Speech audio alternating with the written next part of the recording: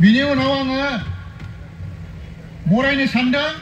बिथाङानो जाहैबाय जोंनि बारग' डिपुटि चिफ आरो दानि सेन्ट्रेल बिपिएफनि भाइस प्रेसिडेन्ट खाम्फा बरगयारी सार आं बिथांखौ गावनि सिनायथिखौ लानो खावलायबाय बरायबाय बिथांखौ बिनि उनाव आङो बरायनो सानदों सिगांनि बारग' मन्त्रि दानि बिपिएफनि भाइस प्रेसिडेन्ट मुस्रिमा प्रमिला रानी ब्रह्म आब'खौ आङो बरायबाय बिनि उनाव दङ जोंनिनो सेन्ट्रेल बिपिएफनि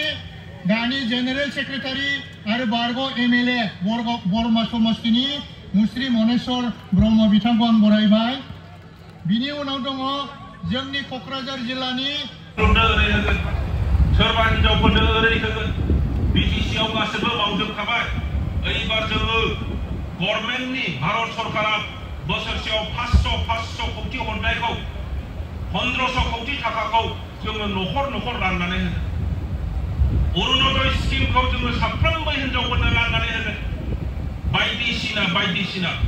जेरैबायदि खोथा बुंबाय जोंनि माखासे सिन्था खालामनो हायै साननो हायै लेखा रोङै जाम्बा जाम्बि मानसिफ्रा बेखौ सत्य नुनानै जेरैबायदि थांनाय इलेक्शनाव इउपिपिएलनो भट होनानै देरहाहोबाय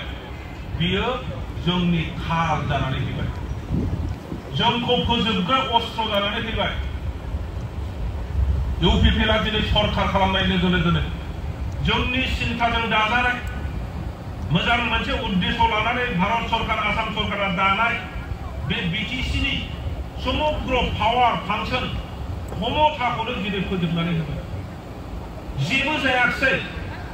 नोंनि अरुणोदय स्किमनि खोथाखौ बाद हो नोंनि बे सेल्फ हेल्प ग्रुपनि खोथाखौ बाद हो बिटिसिआव जेरैबायदि आन्थ'गाथ'नि सृष्टि खालामनांगौमोन लामा बान्दोनिफ्राय आरम्भ खालामनानै कृषकफोरनो मा खालामनांगौ जोंनि फरायसा फिसालाफोरनि थाखाय जोङो भबिष्यतनि थाखाय जों मा मावनांगौ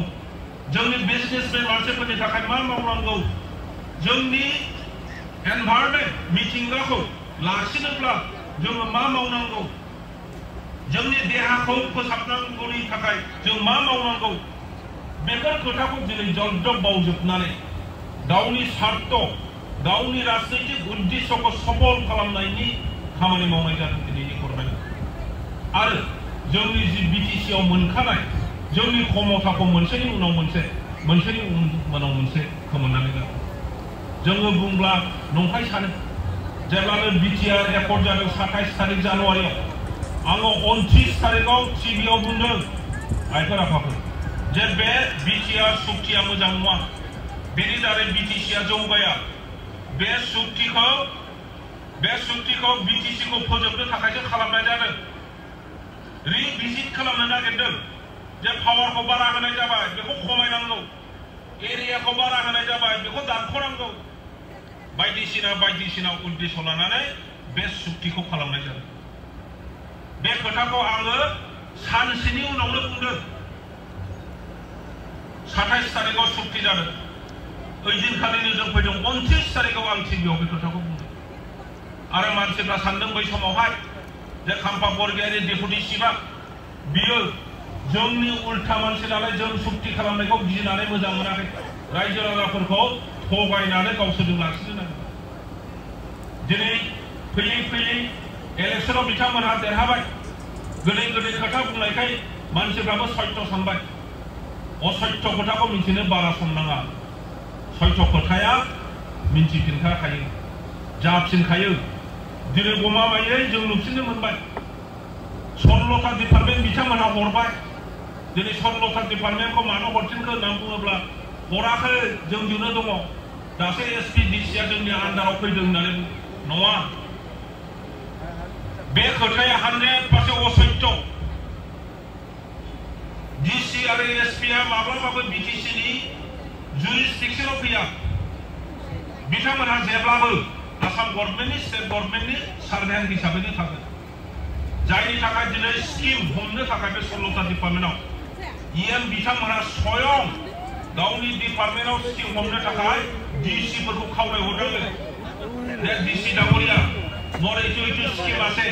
खायले এইটোखौ स्किमत भरि दियो बे रोखोम खालामनांगोन आरो दिनैहाय मा खालामदों बिटिसिखौ सालायनोब्ला खालि बे गभर्नमेन्टनि फैसाखौल' नेनानै जानाय नङा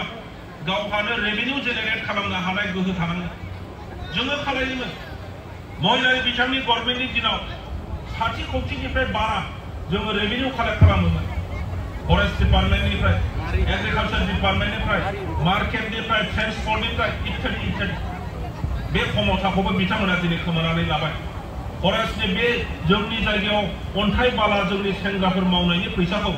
बिथांमोनहा बिटिसिआव होआब्लानो दिनै साफा आसाम गभर्नमेन्टनो होजोबनांगोन एपइन्टमेन्ट अथरिटि क्षमता जि 4 ग्रेड 3 ग्रेड मास्टार साख्रि प्रफेसर साख्रि जोंनो होजोबोमोन दिनै फैयै फैयै बिथांमोना बे 2.5 बोसोराव सासेबो एपइन्टमेन्ट होनो हायाखै एपइन्टमेन्ट होनो हानाय अथरिटिखौ लांजाबाय नोंथांमोनहा निश्चय टिभिआव नुदों मबाइलाव नुदों नै बावैसो दाखालि थारिखखौ बावबाय आं नै सानब्रै सानबाल' जाथारदों आन्दलन खालामदों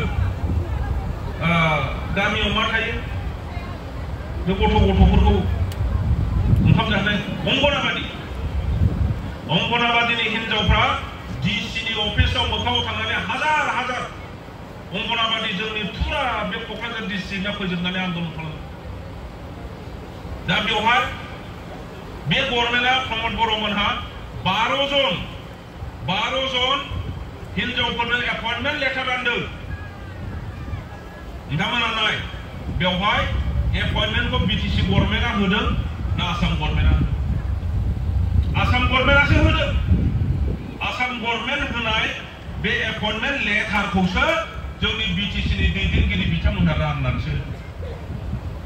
बिसिम फैबाय दानि दैदेनगिरि बिथांमोना जेबो गैला दा बेनिखायनो जोङो गसंनांसिगोन बेखायनो जोङो गोदान मोनसे गोसोनि बोलो देहानि बोलो लानानै दिनै डिपिएफआ बे जाथ्रायाव ओंखारदों मोनफ्रोमबो समस्यायाव थांनानै बे खोथाफोरखौ जों दिनै बुंनायनि सम फैबाय जोंहा सिगाङाव थाबैनो माखासे अग्नि परीक्षा फैगासिनो दङ जोंनि भबिष्यतखौ जुदि जोङो मोजां खालामनांगौ जोंनि फिसाफोरनि भबिष्यतखौ जुदि जोङो मोजां खालामनांगौ जोंनि रायजो राजाफोरनि थाखाय जोङो जौगानायनि खामानि जुदि मावनांगौ अब्ला बे सरकारखौ जेरैखि जाया जोङो फोजोबनांगौ बे सरकारखौ फैगौ इलेक्शननिफ्राय जिखुनु फैगौ इलेक्शननिफ्राय पावारनिफ्राय बोख्लायनानै जोंनि बिटिसिनि राजनितिनिफ्राय गैयै खालामनांगोन बे साहसखौ नोंथांमोना बयबो लानांगोन बयहाबो मोनफा मोनफा दायित्व थाबाय दिनै दैदेनगिरि बिथांमोनहा गामि गामि थांनानै लेक्सार होदों साफ्रोमबो गामिनि जोंनि बिपिएफनि दैदेनगिरि जाहा आइजो बिथांमोन जोंनि बिब'मोन नोंथांमोनहा लेक्सार खोनासंनानै न'आव दलर थाहैब्ला बारा मोजां जानाय नङा खोथिया फुनो थांनायावबो जायजोंनो लोगो मोनो रायलायनांगोन जे सरकारा दानि इउपिपिएल सरकारा माबायदि मावदों फुरानाया मोजांमोन ना दानि गोदाना मोजांमोन बेफोर खोथाखौ नोंथांमोनहा रायलायनांगोन दिनै जों बयबो मिथिबाय जे फुरानाया दानि गोदान सरकारनिफ्राय हाजार गुना साबसिन जोंनि दिनाव जौगानाय फैदोंमोन जोंनि दिनाव शान्ति फैदोंमोन जोंनि दिनाव विभिन्न जाथि गोष्ठीनि गेजेराव अनलायनाय भातृत्व मोनसे सम्पर्क जोङो सृष्टि खालामनो हादोंमोन किन्तु दिनैनि सरकारा जाथि गोष्ठीखौ लानानै आरोबाव दावराव दावसि खालामनायनि बिसोरो पलिसि खालामदों जायनि थाखाय एभिक्सन खालामदों जायनि थाखाय नटिस होदों बायदिसिना जोंनि समावहाय जि अशान्त मोनसे परिस्थितिमोन बेखौ जोङो लासै लासै शान्ति लाबोदों दिनै बे शान्ति परिस्थितिखौ आरो अशान्ति खालामनो थाखाय बिथांमोना बायदिसिना खालामदों कारापसन खालामदों जाख्ल'दों बायदिसिना बुंनानै सरकारना किन्तु थाखा फैसा जाख्ल'नायनि बेलायाव दिनै सारा संसारा बुंदों बयबो नुजोबदों लाजिदों जे प्रमद बर'आ मा मावखो थांनाय बोसोराव नोंथांमोना बयबो मिथिगौ जि बिटिसिनो फैसा हरनाय जादोंमोन 600 कौटि बे 600 कौटिनि गेजेराव साख्रियाला बाहाय गोबां दङ हनै बेंकआव मावग्राफोर मास्टारफोर बायदिसिना बयबो दंजोबो दङ बिथांमोनहा मिथिगौ जे फाइनान्सियेल इयार जायखौ होनो बोसोरसेनि जि माबा एल'केसन बेखौ 31 मार्चआवनो फोजोबनांगौ 31 मार्चआ नै फैगासिनो दं एक सप्ताहल'सो दिनै 23 तारिख 8 दिनल'सो 8 दिननि उनावहाय बिटिसिआव जि फैसा थागोन बे फैसाखौ ओरैनो हरफिननांगौ बेनो जाहैबाय जोंनि सरकारनि आयेन 31 मार्चआनो जोबथारनाय फाइनान्सियेल इयारनि दिन थांनाय बोसोराव नाथाय 31 तारिखसिम बे गभर्नमेन्टआ 600 कौटिनिफ्राय आधाल' फैसा मोनबोदों 300 कौटिल' मोनबोदों 300 कौटिया फैयासै चिफ मिनिस्टारजों रायलायनानै 1.5 मास टाइम एक्सटेन्ड खालामनानै लानानै बे 300 कौटिखौ गासिबो साप्लाइ खालामजोबदों फुराना बिलखौ होआ होननानै बिसोरो इसिआव एग्जिकिउटिभ काउन्सिलाव रेजलिउसन लानानै गासिबखौबो साप्लाइ खालामजोबदों दा बिथांमोना जोंखौ गाज्रि बुंदोंमोन नङै खोथाखौ बुंदोंमोन जे बिटिआर सरकारा साप्लाइ खालामजोबनानै ओरै खालामजोबबाय दिनै अबिया सत्य अबिया असत्य बयबो दिनै नुनो मोनफिनजोब्बाय मिथिजोब्बाय देग्लायबो मा जागासिनो दङ फैसाया फैनानै दङ नाथाय 700 कौटि देग्लायनि बाजेटआ बे 700 कौटिनि गेजेराव दासिमबो 30% बाहायनो हायाखै बे 8 दिनाव 74% फैसाखौ बिथांमोना बाहायनो हागोन ने हाया फैलाय मोनलाय हाया दा बेखायनो बिथांमोना आरोबाव बेखौनो खालामनो नागिरदों जे रायजो राजाफ्रा दालां बान्दो बारायनायनि खोथा गैला बे फैसाखौ आरोबाव साप्लाइ खालामजोबदों दिनै मा होनदों नोंथांमोननि बे देबोर गामियाव बबेबा मोनसे गोदान दालां बानायदों नामा बबेबा कलेज स्कुल गंसे गोदान बानायदों नामा बानायाखै नाथाय नोंथांमोननि बे जायगायाव गिदिर फेस्टिभेल मोनसे जानानै दङ नलेज फेस्टिभेल खोनानो जोबोद मोजां गियाननि फेस्टिभेल गियाननि उत्सव मास्टारफोरनो मा गियान नांगौ मास्टारफोरखौ लांनानै खोनासंहोनांगौ बिजनेसमेनफोरनो बेंकनि मानसिफोरनो मा गियान नांगौ बांलादेशनिफ्राय सासे बिराद गिदिर माइक्र' इनभेस्टमेन्टनि खामानि मावग्रा माबा नबेल प्राइज मोनलायलायनो हानाय बे मानसिखौ लाबोदों माइक्र' फाइनान्सनि बेफाराव जोंनि जायगायाव जोबोद प्रयोजन बेंक खुलिदों बिथाङा बांलादेशआव जे ग्रामीण विकास बेंक जोंनावबो बेंक दङ ग्राम्य विकास बेंक बिनिफ्रायनो सोलोंनाय बिनि मोजां खोथा बुंनायखौ बेंकनि मानसिफोरखौसो लांनानै खोनासंहोनांगौ नाथाय मा खालामदों बे प्रथम सानाव जेरैबायदि बुंहरबाय गावसिनि इउपिपिएलनि दैदेनगिरि बिसिडिसिनि चेयारमेन मेम्बारफोरखौ बुंहरबाय जे मानसि लाबोनांगौ नैबे फेस्टिभेलाव मानोना बाहेरानिफ्राय फैनाय मानसिफ्रा जुदि नुयो सियारा लांदां अब्ला बिथांमोनहा हयथ' माबा मोनसे नेगेटिभ साननानै थांगोन नेगेटिभ बुंनानै थांगोन बेखायनो गामिनि आइ आफा जाम्बा जाम्बिफोरखौनो गावसिनि इउपिपिएलनि नेताफोर दैखांना लानांगौ बै लाबोग्राफ्रा जेबो मोनथिया जे बेयो गभर्नमेन्टनि प्रग्राम होननानै हारसिंनि मानसिफ्रा बुंहरबाय नालाय इउपिपिएलनि फ्लेगखौ गायनानै लाबोजोब्बाय अखानायै मानसिफ्रा बिनि सम्पर्के रायलायबाय मबाइलाव होबाय बेयोथ' गभर्नमेन्ट प्रग्रामसोमोन मानो इउपिपिएल जाजोबखो होमबाथ' बे प्रग्रामा इउपिपिएलनिसो प्रग्राम लाजिनांनानै अखानायनिफ्राय गावसिनि दैदेनगिरिफोरखौ बुंहरबाय गाबोन फैगोनफ्रा फ्लेग दा दैखांलाय गारियाव बेफोर जादों सिङाव जोबोद गाज्रि बिराद गाज्रि बे बाजेटनि 45 crore दहाय आब'आ बुंबाय 45 कौटि बे फेस्टिभेलाव बाहायदों बे गभर्नमेन्टआ खालि मिटिं सेमिनारनि नामावहाय सेमिनार लेंबाय ओंखाम जालायबाय मानसि होंगो दोंगो लाबोबाय बे रोखोमै थाखाखौ फोजोबगासिनो दङ फेस्टिभेल आरो मिटिं अबावबा मानासाव मिटिं खालामदों मानसि गैया 25 लाख आराय कौटि ना बेसेबांबा 25 लाख बे रोखोमनि फेस्टिभेल खालामदों मानसि गैया एबार जाहा बावखुंग्रि ट्रेडिशनेलि जों खालामनाय बे बावखुंग्रि फेस्टिभेलाव जोंनि दिनाव जों मा खालायोमोन पिडब्लिउडिआ लामा फोसाबनानै होयोमोन दै डिपार्टमेन्टआ दै लोंनायनि बेबस्था खालामनानै होयो टुरिजम डिपार्टमेन्टआ जि एक्टिभिटिस दं बेखौ खालामोमोन स्पर्ट्स डिपार्टमेन्टआ स्पर्ट्स लगायना होयोमोन जोंहा फैसा थाङामोन स्पर्ट्स डिपार्टमेन्टआ हयथ' 1-2 लाख थाखा बाहायोमोन पिडब्लिउडि डिपार्टमेन्टआ 10-15 लाख थाखा बाहायोमोन टुरिजम डिपार्टमेन्टआ 20-25 लाख थाखा बाहायोमोन जोङो माने 1 कौटिबो थाखा बाहाया नाथाय एबार जों नुगासिनो दङ जों ओंखायनो बुंदों एबार नुगासिनो दङ बे बावखुंग्रि फेस्टिभेलनि थाखायबो 10 कौटि धार्य खालामदों बिथांमोना 10 कौटि बेफोरो जेबो नङा बेफोरो जाहैबाय माब्रैहाय फैसाखौ बख'नानै जानो बेफोरनि पलिसि बानायदों खुनु इनफ्रास्ट्राक्चार बानायाखै बेखायनो आइफोर आफाफोर दिनै जोंहा सम फैबाय बिपि एबा बिटिसिखौ सालायफिननांगौ बिपिनि दारैनो जोंनि बे ओनसोलाव जौगानायल' नङा जोंनि फिसाफोरनि भबिष्यतखौ जोंनि दारैनो दाफुङो बे उद्देश्यखौ लानानैनो दिनै गिदिं गिदिं नोंथांमोननि बे देबोर गामियाव सफैदों साफ्रोमबो गोसोआव लादों जोंहा मोनथाम अग्नि परीक्षा फैगासिनो दङ 2024 सालाव एमपि इलेक्शन दङ बेवहाय जेरैखि जाया आगोलाव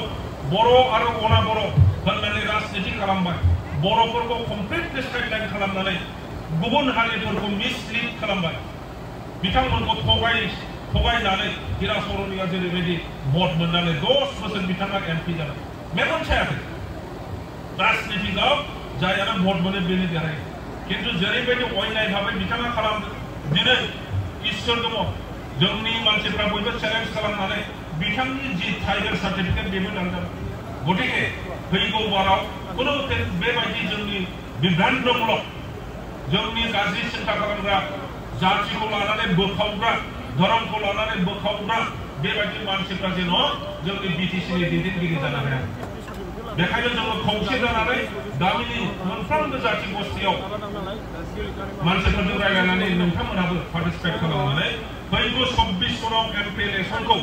बिपिएफनिफ्राय जेरैखि जाया देरहाहोनायनि खामानिया जोंहा 1 नम्बरावनो बे परीक्षाया फैगासिनो दङ बेनि थाखाय जों रेडि जेरैखि जाया देरहाहोहरनानै जोंहा दिल्लीयावबो जोंनि बिटिसिनि जौगानायनि खामानि मावनो जोङो जेरैखि जाया दैदेनहरगोन बे जाहैबाय जोंनि राजनीति उद्देश्य नैथियाव जोंनि बिटिसिखौ जेरै दानि गभर्नमेन्टआ सालायदों अयनाय भाबै फोजोबनो थांगासिनो दङ जोङो फोजोबनो होनो हाया बेखायनो बिपिएफआ दोरै नोगोरै ओंखारफिननानै थांनाय बारावबो जोङो देरहाखादोंमोन